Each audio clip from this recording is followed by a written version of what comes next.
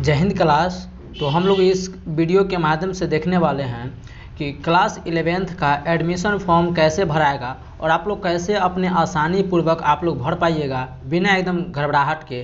ठीक है, एकदम क्लियर और सटीकता के साथ। और आप लोग को इस वीडियो के माध्यम से ये भी बताने वाले हैं कि यह आप लोग को फॉर्म के साथ क्या क्या कागजात लगने वाले हैं, किसका सिग्नेचर होगा, कैसे कहाँ पर क्या भर सकते हैं, कौन कौन सा सब्जेक्ट आप लोग ले पाएंगे।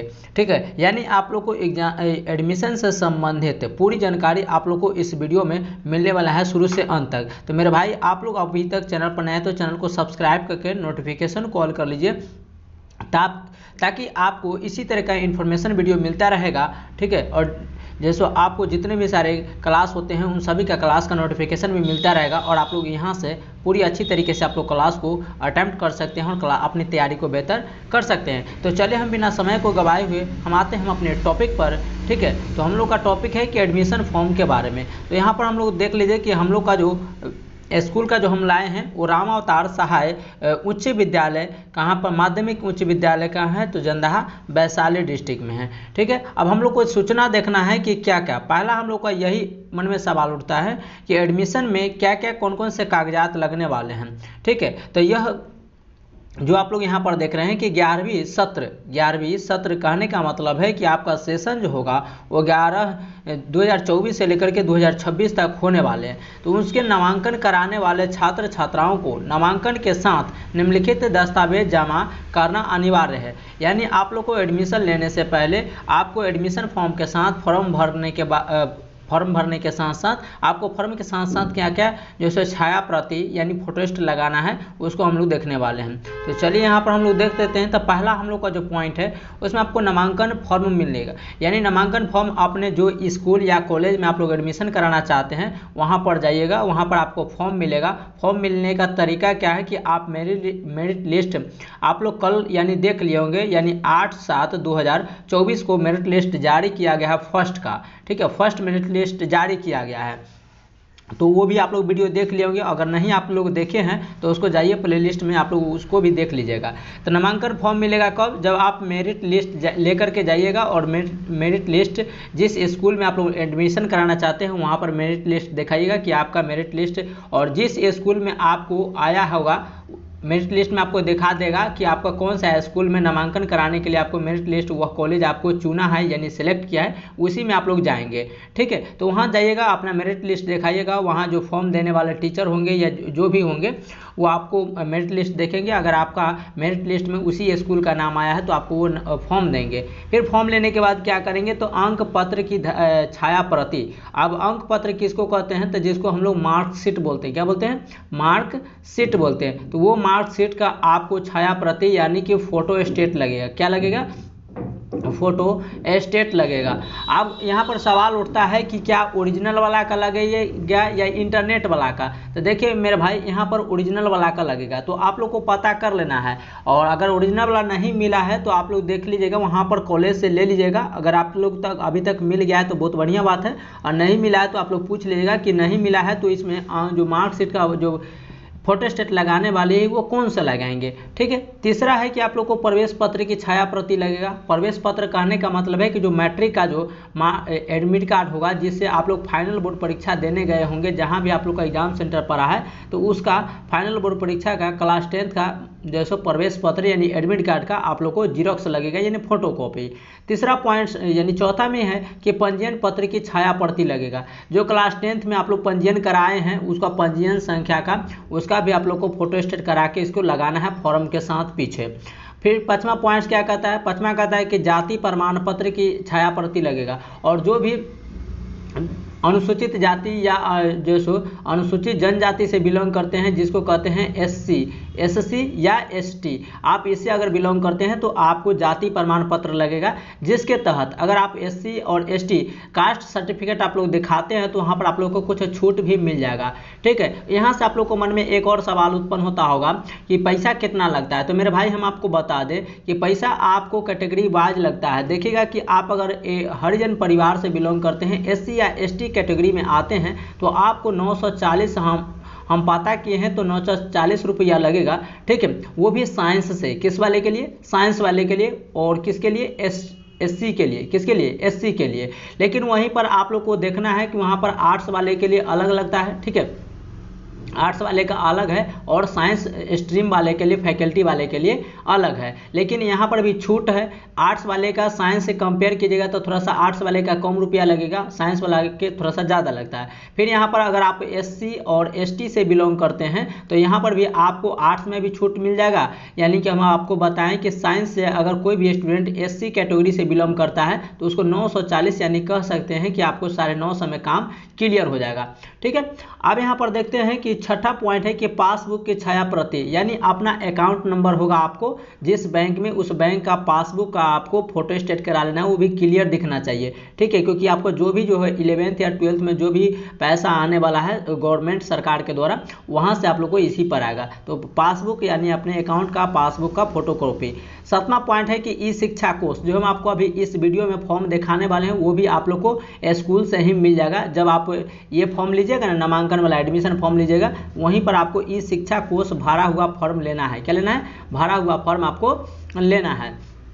आगे कहता है कि यहाँ पर फोटो, पासपोर्ट साइज फोटो आपको 2 गो लगेगा। कितना लगेगा? 2 गो फोटो लगेगा। देखिए इस फोटो में आप लोग बिना टोपी उपी वाला, बिना चश्मा वाला फोटो दीजिएगा और बैकग्राउंड थोड़ा सा आप लोग को ज़्यादा रंगीन उंगीन नहीं होना चाहिए, यानी कि सिंपल होना चाहिए, प्लेन होना चाहिए, एक कलर में, ठीक है। वो फोटो और प्रयास करें कि नया का फोटो ही दीजिएगा तो बेहतर होगा। आगे है 9वां पॉइंट में कि 11वीं में नामांकन के लिए अप्लाई रिसीविंग की छात्र, यानी आप लोग 11वीं में जब एडमिशन लेने के लिए ऑनलाइन अप्लाई कराए थे तो वहाँ पर आपको ऑनलाइन रिसीविंग दिया होगा नेट वाला, ठीक है। तो उस नेट वाला रिसीविंग को आप लोग वहाँ पढ़ के उसका लेकर के जाएंगे और प्रयास करेंगे कि ओरिजिनल डॉक्यूमेंट का कोई भी जो नहीं देंगे उसका फोटो कॉपी लगाएंगे, चाहे वो मार्कशीट हो गया चाहे एडमिट कार्ड हो गए, आपको ओरिजिनल नहीं देना है मेरे भाई। क्या देना है? ओरिजिनल नहीं देना है, आपको जीरोक्स लगा करके देना है। हम यहाँ पर आपको सभी को छाया प्रति लिख दिए, मतलब फोटो स्टेट। 12वां पॉइंट क्या कहता है कि आधार कार्ड की छाया प्रति, यानी आपको आधार कार्ड ही जमा नहीं कर देना है, आधार कार्ड को जाना है और फोटो स्टेट करा लेना है। क्या करा लेना है? फोटो स्टेट करा लेना है। और फोटो स्टेट करा करके इसको आपको फॉर्म, जब नामांकन फॉर्म भर लीजिएगा और जमा करने जाइएगा तो इसके पीछे सभी को लगा दीजिएगा, ताकि जो एडमिशन फॉर्म लेंगे एडमिशन करने के लिए आपको जो भी शिक्षकगण वो आपको चेक करेंगे, ठीक है। तो ये था सारी इन्फॉर्मेशन जो आपको ये पूरा डॉक्यूमेंट लगने वाला है। तो टोटल 12 डॉक्यूमेंट लगने वाला है। कितना? तो टोटल 12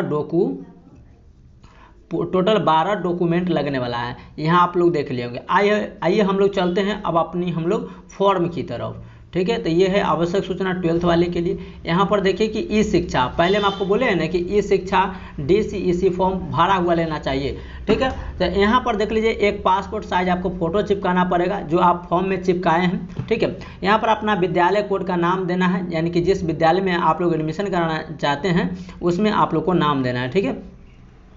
चलिए, तो यहाँ पर विद्यालय कोड का नाम होगा, जैसे राम अवतार का 53047 है। क्या है? 53047 है। किसका? राम अवतार का। अब यहाँ पर विद्यालय का नाम आपको भर देना है।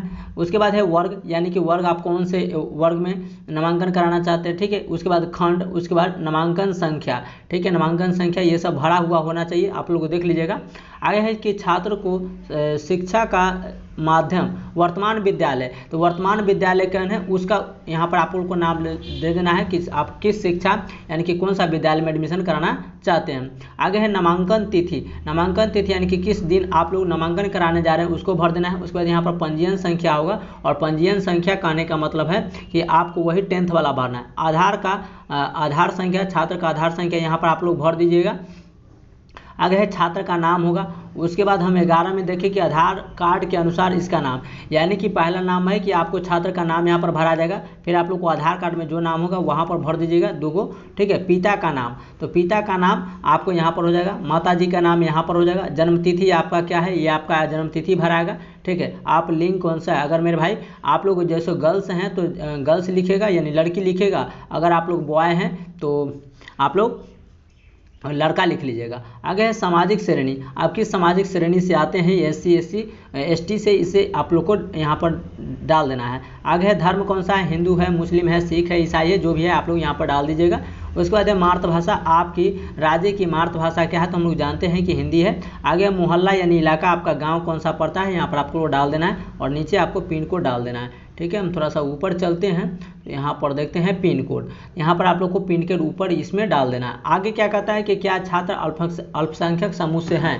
अल्पसंख्यक कहने का मतलब होता है कि वैसा छात्र जहाँ पर उसका आबादी यानी कि उसकी जाति का आबादी या उसके धर्म का आबादी काफ़ी कम हो, उसको कहते हैं अल्पसंख्यक। यानी आपका जाति और आबादी वहाँ पर कम है तो आपको हाँ में भरना है, नहीं तो नहीं में भरना है। ठीक है, यहाँ पर कहता है अल्पसंख्यक समूह, आपका जो का समूह जो है, आपका धर्म जो है, आपका जाति जो है क्या कम है या ज़्यादा है। अगर कम है तो आप लोग यहाँ पर कम वाला में हाँ में टिक करेंगे, अगर नहीं है तो नहीं में टिक करेंगे।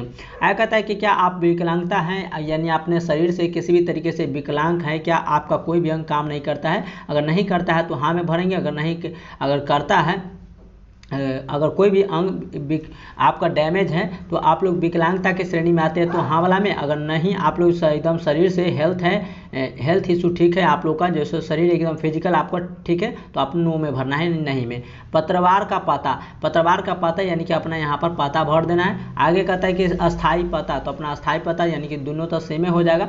क्या बच्चा भारतीय राष्ट्रीय का है, तो बिल्कुल सही, वह इंडियन ही होगा। ठीक है, और हम लोग को जैसे नागरिकता कैसे मिला है, तो माता पिता के अनुसार यानी कि जन्म के स्थान पर। आगे है कि यहाँ पर राष्ट्रीय में हाँ भर देना है।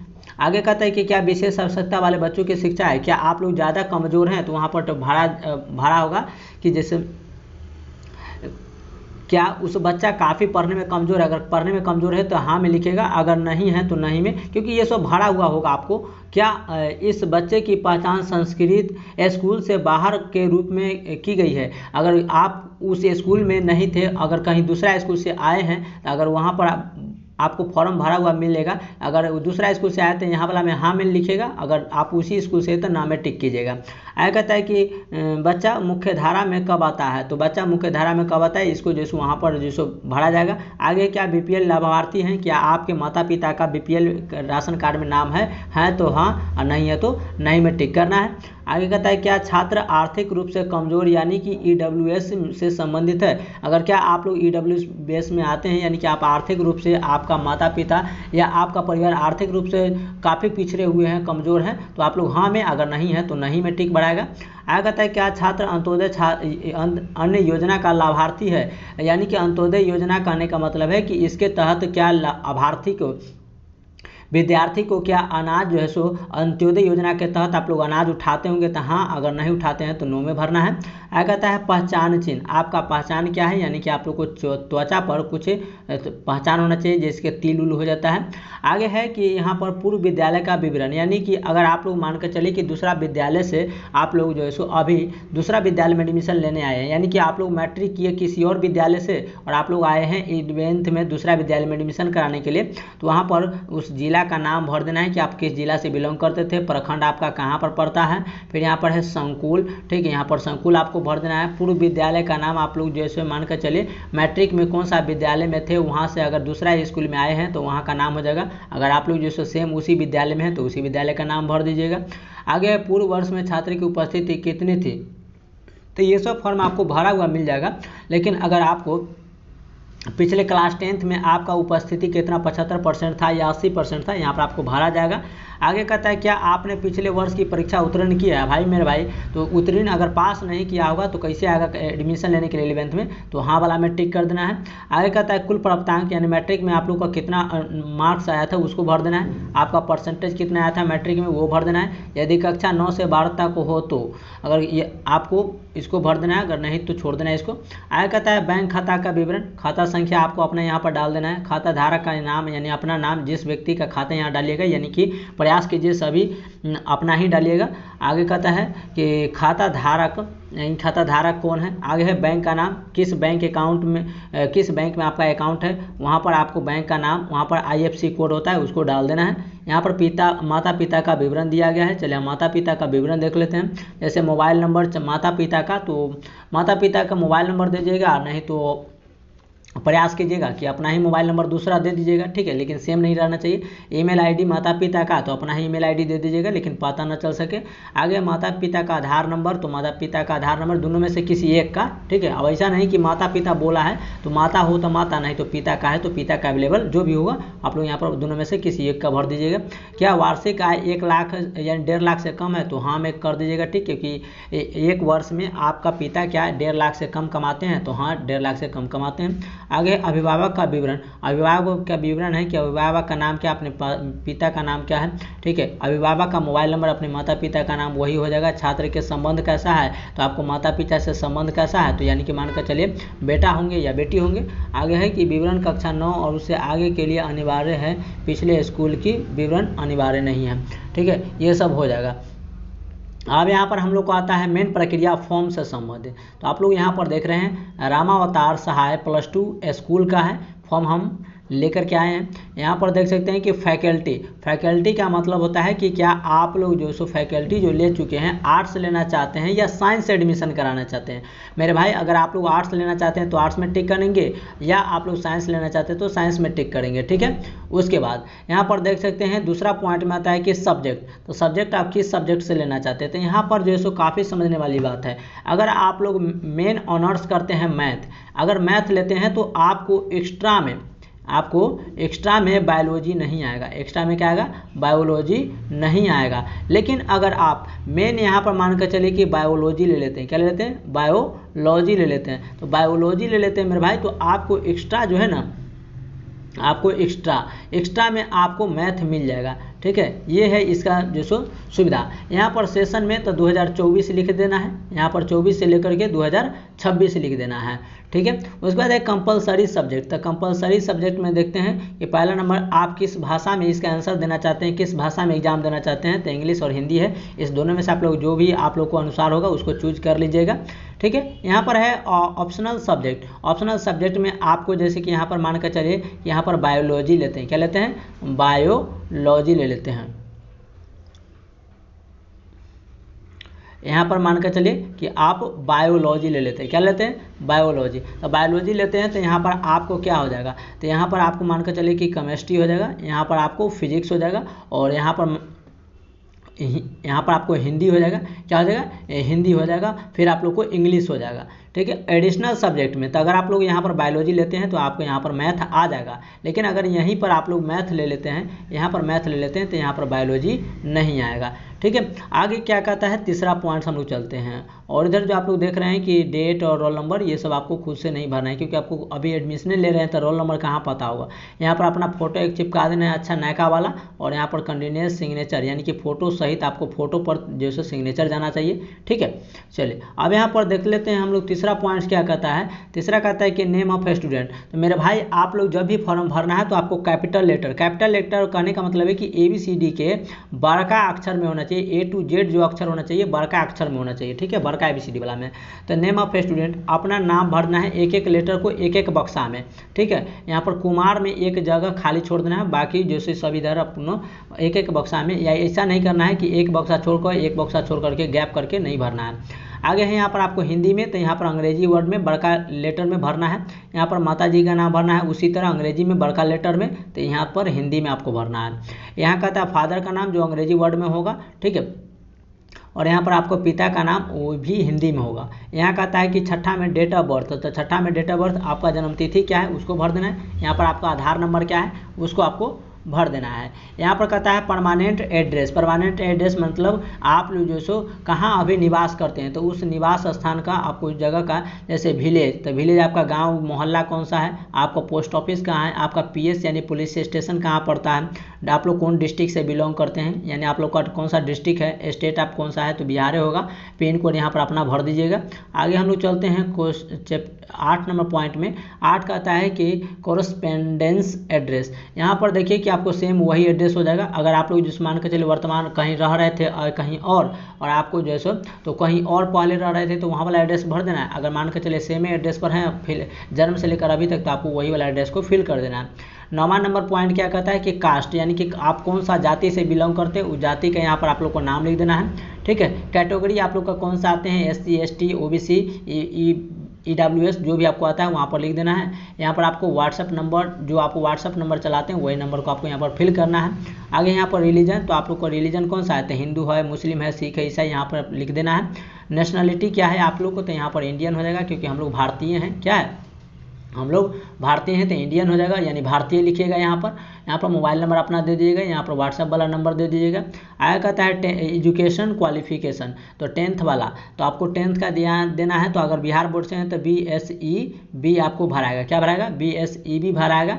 ठीक है, कौन सा साल पास किए हैं, तो आप लोग को देख लेना है कि कौन सा साल आप लोग पास किए। अगर 2024 में पास किए हैं तो आपको यहाँ पर 2024 लिख देना है। आपका टोटल मार्क्स कितना है, तो यहाँ पर लिखना, और टोटल मार्क्स का परसेंटेज आपको कितना आता है वहाँ पर परसेंटेज लिख देना है। ठीक है, यहाँ पर सब्जेक्ट लिख देना है कि कौन सा सब्जेक्ट से आप लोग थे। आगे यहाँ पर कहता है रोल नंबर, तो रोल नंबर आपको मैट्रिक वाला भरना है। किसका वाला भरना है, मैट्रिक वाला, यानी कि क्लास 10th वाला आप लोग को रोल नंबर यहाँ पर भरना है। ठीक है, उसके बाद यहाँ पर रोल कोड जो आपको भर देना है। अगर रामावतार स्कूल से होंगे तो 53,047 इसका रोल कोड है। प्रीवियस ईयर स्कूल है, यानी कि पिछला आप क्लास 10th में कौन सा स्कूल से थे उसका नाम भर देना है। अगर आप मान कर चलिए कि रामावतार से क्लास 10th भी किए थे और 11th 12th भी इसी से करना चाहते हैं तो उसी का नाम हो जाएगा। आगे कहता है कि बैंक अकाउंट अपना स्टूडेंट भरेंगे, और यहाँ पर IFSC कोड होगा पासबुक में दिए, उसका भी भर दीजिएगा। और वो बैंक का ब्रांच आपका कहाँ है वहाँ पर यह भर देना है। यहाँ आता है कि अगर गर्ल्स या बॉय, तो गर्ल्स होंगे तो लिखेंगे, यहाँ पर टिक करेंगे कि मैं एदत द्वारा घोषणा करता हूँ में लगेगा। अगर गर्ल्स होगी तो करती हूँ। ठीक है, यहाँ कहता है कि पूर्वक रहूँगा, अगर बॉय होगा तो लड़का होगा तो रहूँगा, और लड़की रहेगी तो रहूँगी। ठीक है, यहाँ आगे क्या कहता है कि करूँगा, लड़का होगा तो करूँगा, लड़की होगी तो करूँगी। यहाँ फिर आगे आते हैं तो देखते हैं कि इस तरीके से आप लोग को भर देना है। पहले लड़का वाला होगा तो हूँगा में, और लड़की रहेगी तो रहूँगी में। ठीक है, इस तरीके से यहाँ पर अपने गार्जियन का सिग्नेचर करवा लीजिएगा। और या आप लोग जैसे अगर किसी का माता पिता नहीं पढ़े लिखे होंगे, जैसे साक्षर नहीं होंगे, तो वहाँ पर आप लोग जैसे थंब भी ले सकते हैं, अंगूठा का निशान, और यहाँ पर अपना छात्र छात्रा अपना सिग्नेचर कर सकते हैं। बाकी यहाँ पर आप लोग देख सकते हैं, तो यहाँ पर भरना चाहे तो भर सकते हैं, नहीं तो आपको जो भी स्कूल होगा वो भर करके देगा। यहाँ पर फैकल्टी आपका साइंस लिए हैं तो साइंस में टिक होगा, नहीं तो आर्ट्स लिए तो आर्ट्स में टिक होगा।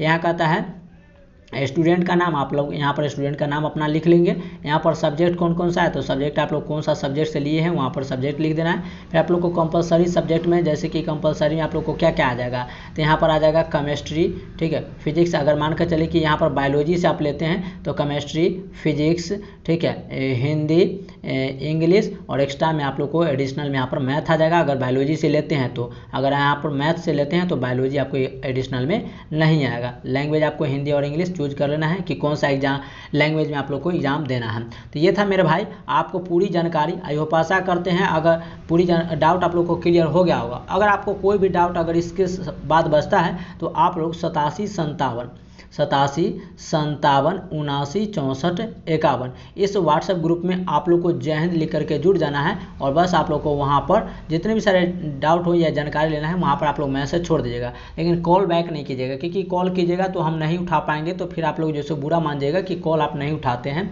ठीक है, तो हम कॉल नहीं उठा पाएंगे, लेकिन मैसेज अगर आप लोग कर देते हैं तो कभी भी हम मैसेज देखेंगे तो आपका रिप्लाई ज़रूर दिया जाएगा। या डिस्क्रिप्शन में लिंक दिया गया है, उस व्हाट्सएप ग्रुप से चैनल से जुड़ जाइएगा, उसको फॉलो कर लीजिएगा, तो आपको पूरी अपडेट मिलता रहेगा, जानकारी मिलता रहेगा। और अच्छी तरीके से तैयारी करने के लिए आप लोग इस चैनल को सब्सक्राइब करके, लाइक करके, इस वीडियो को ज़्यादा से ज़्यादा शेयर करके आप लोग जो सपोर्ट दिखा सकते हैं। तब तक के लिए मिलते हैं नेक्स्ट क्लास में। आज के इतना ही, सभी लोग को थैंक यू और जय हिंद मेरे भाई।